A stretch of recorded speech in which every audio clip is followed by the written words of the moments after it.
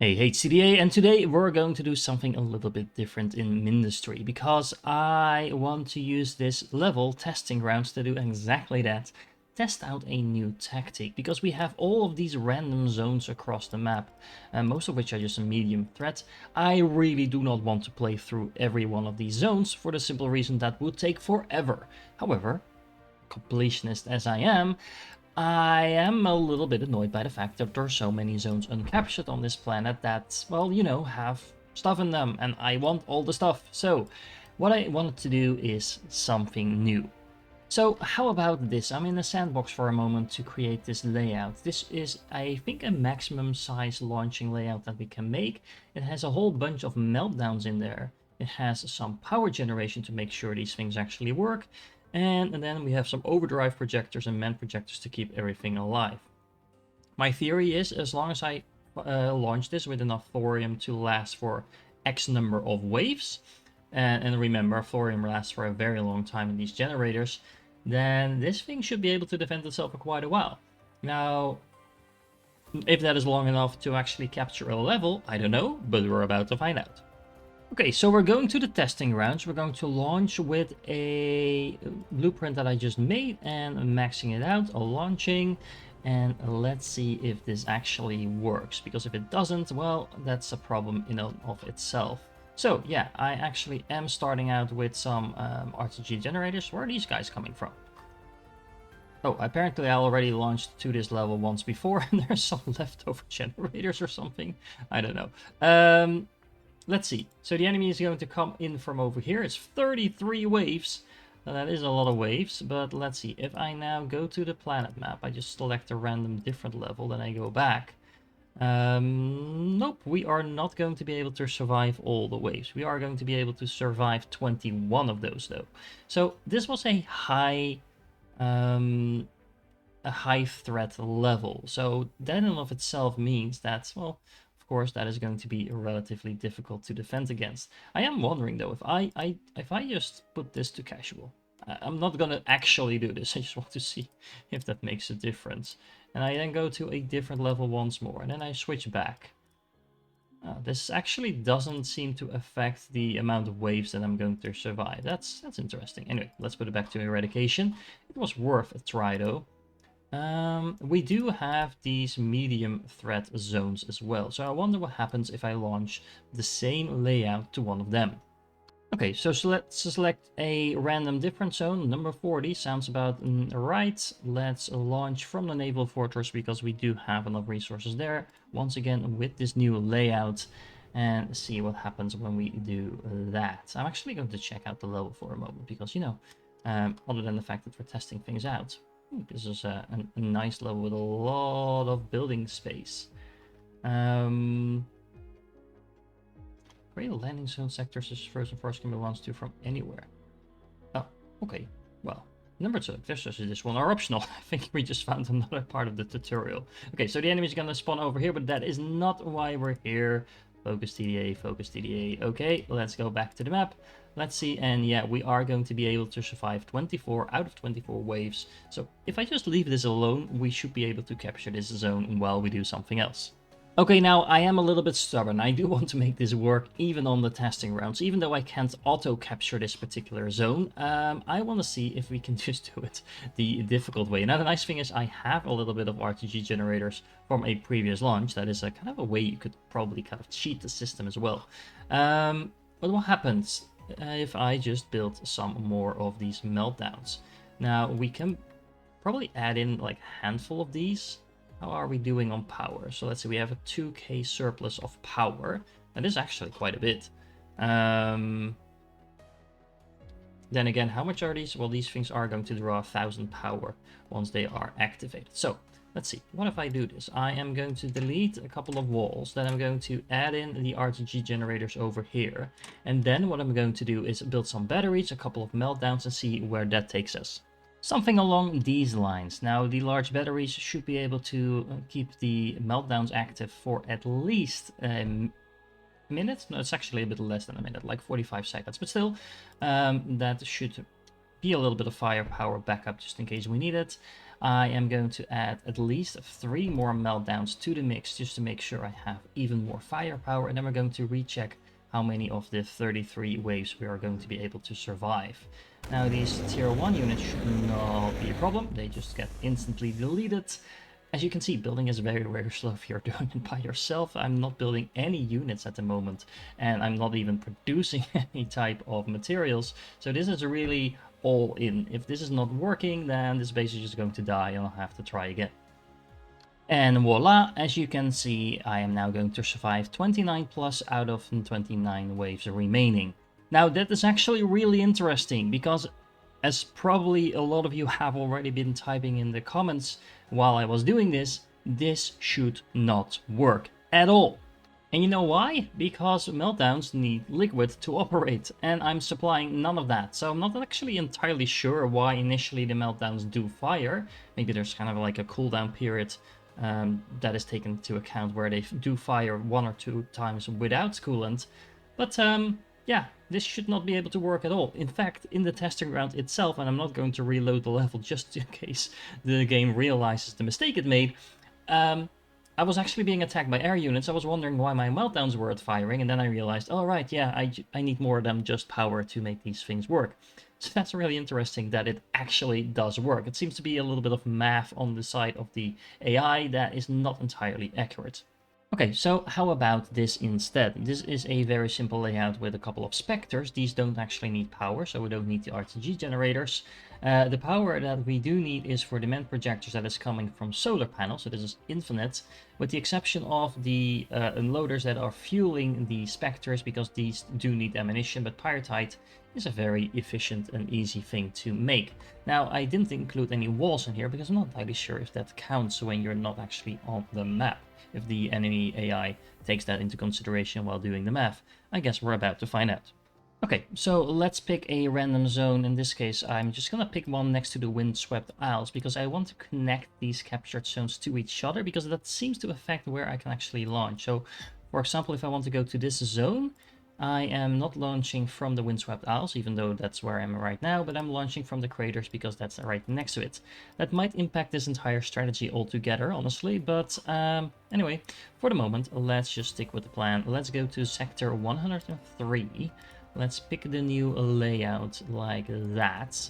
Let's launch and let's see if this actually works. So just double checking, everything has ammunition, everything has power.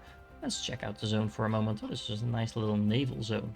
There is also no resource whatsoever on this sector. I mean, this is a very, very low level sector. So I'm assuming that this will be just fine. Why are you not getting ammunition? You have a unloader here.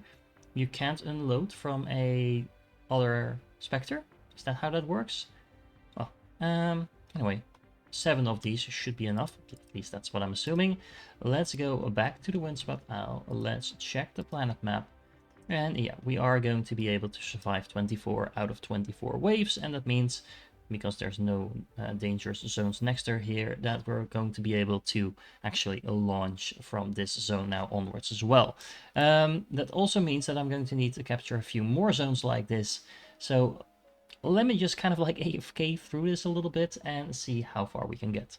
Okay, well, this tactic seems to be sort of working. I am now capturing multiple zones at once, and I'm not doing anything other than just waiting for my resources to recuperate so I can launch the next wave.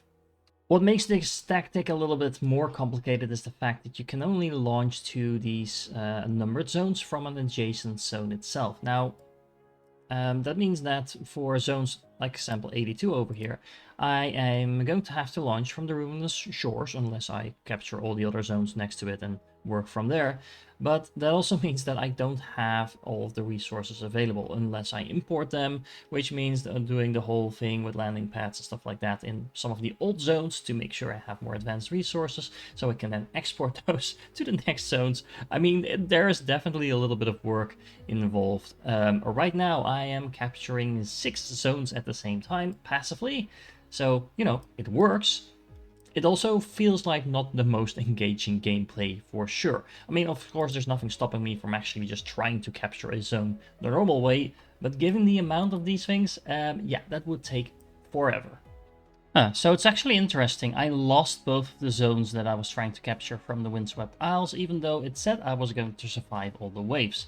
Not entirely sure how that works then, but it seems it's not as entirely as trivial to conquer these zones as I thought.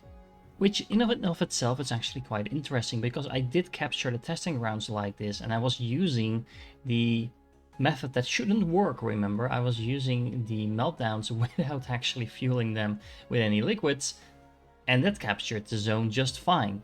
Now, of course, I did build some additional materials here, so you can see actually some of this stuff got taken out, but everything else, even though it shouldn't be working, was working just fine. So maybe if I just go back to this tactic, I might be more successful. So I'm just going to try to recapture the same zone again, but this time around I am going to use the meltdowns. Now, in this particular zone, I actually do have water available very close by, so I might as well make sure that the meltdowns in this case do have some water supply. And let's see if this makes any difference. So we're going to hop back to this zone.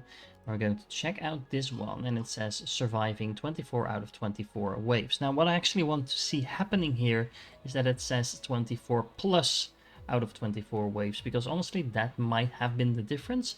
The only thing that I can do in order to fix that is just build some more of these things, I guess, and I can just easily do that. I do also want to make sure I have some of these batteries. I mean, I had those on the other level. I'm not sure if that made the difference, but you know, we're here to test things out and see what works. Let's make sure I connect these power generators like that. There we go. Make sure all of this is charging up as quickly as possible. Then I'm just going to add in 2 more meltdowns and check back at the how many waves I'm going to survive. Okay, there we go. I added in some walls for good measure. Let's go back to the Windswept Isles and let's check this again. Still says 24 out of 24 waves, so well, I think there's nothing else to do than just sit here, wait, and see what happens. Okay, moment of truth. There is only 1 wave left for zone 215. Nothing is damaged. Everything should be in order. So let's see if we win or lose if we don't do anything. And it looks like this time around I actually did capture the zone. Now remember, this is a zone where I was just using these specters with the ammunition type of setup, and for some reason I was actually able to manage to capture this zone but not the other ones. Not entirely sure what the difference is, honestly. So it seems you need to either babysit them a bit, or I don't know, there might be some sort of difference in terms of the level of the enemies. But either way, if it shows you that you're going to survive all the waves, that is not a guarantee that you're going to capture that zone, apparently. There's also a different problem, because some of these zones that I've just captured are going to be under attack by enemies themselves, and the annoying thing about that is that I can't really launch into that zone because you need to do it from the zone that you came from. So that would mean that in order to survive in this zone and then take out the enemy base right next to it, I would need to start importing things. I do have water over here, and then export them again to take out the enemy. Now honestly, you could kind of cascade, I guess, in a way, your attack pattern, because you do have all the resources that you launched with. Actually interested to see. If I launch towards this base, can I find a setup? No, you do need a little bit more than what you actually have. But some of these setups actually don't require that much. Just a little bit of lead and copper would go a long way to be able to launch towards the next zone as well.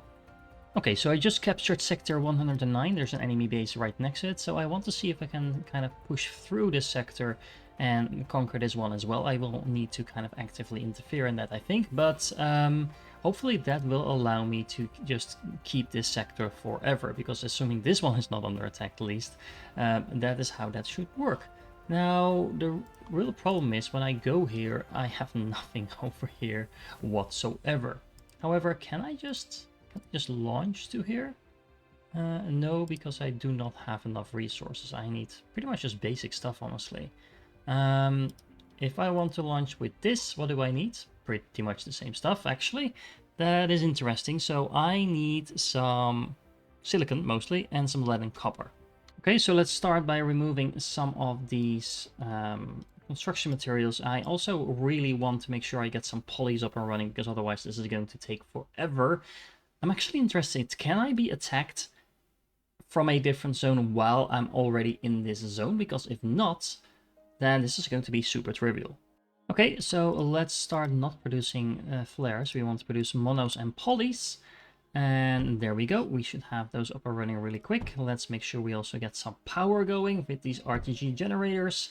And how much power are we already on? We are still at the surplus, so that is nice. And then the next step is to start gathering some resources. Adding in an overdrive dome before I do that will make everything easier, because, well, these things will all be sped up. Okay, so I'm utilizing all of that water and the power from the RTGs to bring in all the resources from all the other sectors. And yeah, that should be enough, I think, to launch to the next sector. Yeah, I think that looks good, so let's go. Okay, here I am. There's a lot of water, so that means that I can import whatever I need over here as well. And let's see, we have a lot of basic defenses. This is a medium sector. It seems that most of these optional zones are relatively low level, at least the ones I can see for the moment. Not all of them, though, for sure. Remember, the zones that are actually attacking me are eradication and extreme level and high, and, you know, those are not trivial. But it looks like if we capture this zone, and the neighboring zones do not seem to be hostile at all, we have locked in another nice portion of the planet. This time around, to attack a zone like this, I am going to start with building some cryogen generators, so my tier 5 units start kind of buffering from the get-go. We should have more than enough power to do that, so let's see, how much power do I actually have? I have a surplus of 3.8, and of course I can scale it up even further as soon as I get my production up and running. Now, I do also want to make sure I get my flying units in the mix, so maybe I should have done that first, but I don't think it matters that much whether or not you go for the unit production first or the flying units. Now, as I say that, I almost instantly ran out of silicon. Not entirely sure why that is. I must have not brought that much with me, but I think we can recover from that without any problem as soon as I get this water up and running. Anyway, doesn't matter, I have the first Vela up and running already, the second one is on its way, and as long as I don't die from something stupid now, I should be able to walk those straight through the enemy base and capture this one as well. Okay, so I'm just bringing in titanium and silicon at the moment. I would definitely want to start bringing in everything else as well, but in the meanwhile I built a Spectre. I now have 2 Velas. Let me see, where is the enemy base actually? I need to zoom out a bit. Let's see, this is not it, this is also not it. Okay, find the enemy base, apparently. Am I just missing it? Hold on. Okay, I think it's hiding behind this cluster of enemy units. That makes sense, but yeah, I am still just going to select my Velas and walk them right through the enemy base and see if that will actually win me the level. Just to see how easy I can make it to myself for future zones. So let's see, how are my units doing? They are still on full health. Are they actually attacking anything while they do this? They're not, so I mean, I might just want to turn around every now and then, shoot at a couple of turrets, just to make sure I clear the way in case I need to go back, but yeah, I mean, this is still super easy to do it like this. I also have a third one at this point on, so I can just use that as kind of like clearing up behind the other two. But as you can see, these things are not really doing anything to my units. I mean, again, this is just a medium level, so it's pretty low level, early on type of thing. So just clearing out these zones is very trivial at this stage of the game. And indeed, the core was hiding behind the enemy units, and there we go. That is another sector captured. And remember, this specific sector is not under attack from anywhere, which means that this sector is no longer attacked from anywhere either, and that means I get to keep these forever. I'm never going to be losing them, because the enemy can't reach them. So, a little bit of a weird episode this time around with a lot of experimentation. Remember, we did actually capture a campaign level, the testing grounds, that's where we started, along with a whole bunch of random zones, and I'm actually working on a couple of others in the meanwhile as well. Feels like a bit of busy work, to be honest, capturing all of these medium zones. I figure that some of the more challenging zones might be different. Honestly, it's not a bad idea maybe to actually take on these zones so you can make sure that the core zones that actually have valuable stuff are protected. But still, at the same time, I seem to be having no problem whatsoever defending against these zones. I'm actually not really sure why I still have this zone. I don't think there's anything I have built here that's still alive. Look at this. I actually just launched at this zone at some point to try it out. As you can see, these defenses are one big mess, but for some reason, the AI has decided that that is enough to defend against several waves from high threat enemy bases. I don't know. Anyway, if you're still here, you are awesome, and I do hope to catch you in the next one, where we're going to take on some more actual campaign levels as well.